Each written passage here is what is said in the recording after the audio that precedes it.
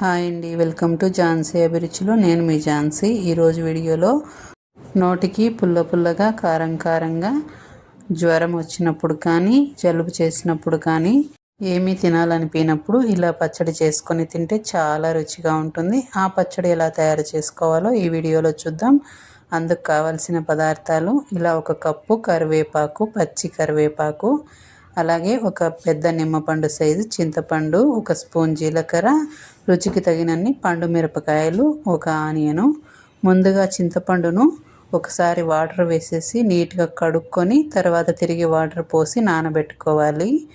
తర్వాత స్టవ్ మీద ప్యాన్ పెట్టుకొని అందులోనికి 1 స్పూన్ వరకు ఆయిల్ వేసుకోవాలి.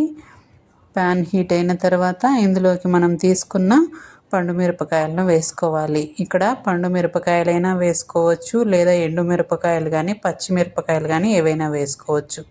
ఇవి లైట్గా ఫ్రై అయిన తర్వాత ఇందులోనికి కరివేపాకును కూడా వేసుకొని మంటని లో ఫ్లేమ్లో పెట్టుకొని వేయించుకోవాలి.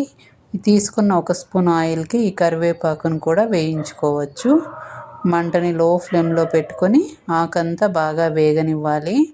బాగా క్రిస్పీగా వేగేటట్లుగా ఆకును వేయించుకోవాలి.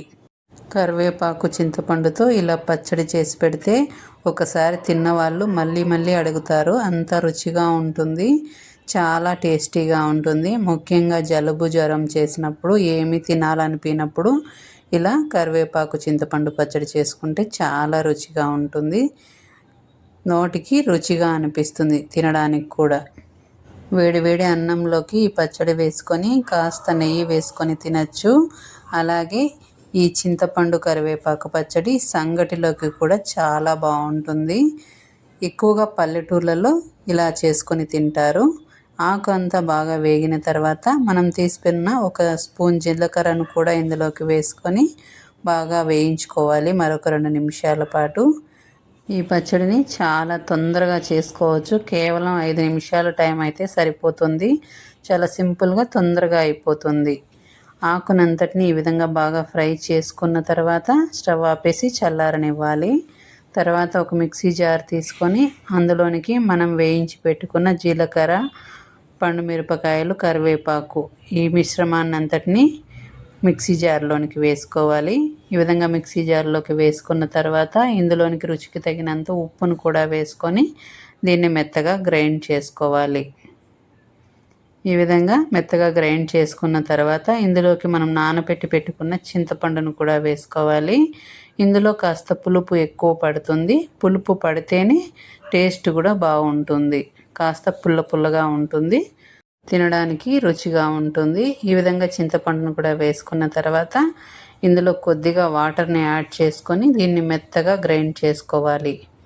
ఈ విధంగా మెత్తగా గ్రైండ్ చేసుకున్న తర్వాత మనం తీసుకున్న ఆనియన్ను ఇలా చిన్న చిన్న ముక్కలుగా కట్ చేసి ఇదే మిక్సీ జార్లోనికి వేసుకొని తిరిగి ఒక పల్స్ ఇవ్వాలి. మరి మెత్తగా గ్రైండ్ చేయకుండా కచ్చాపచ్చాగా ఉండేటట్లు ఆనియన్ని గ్రైండ్ చేసుకోవాలి.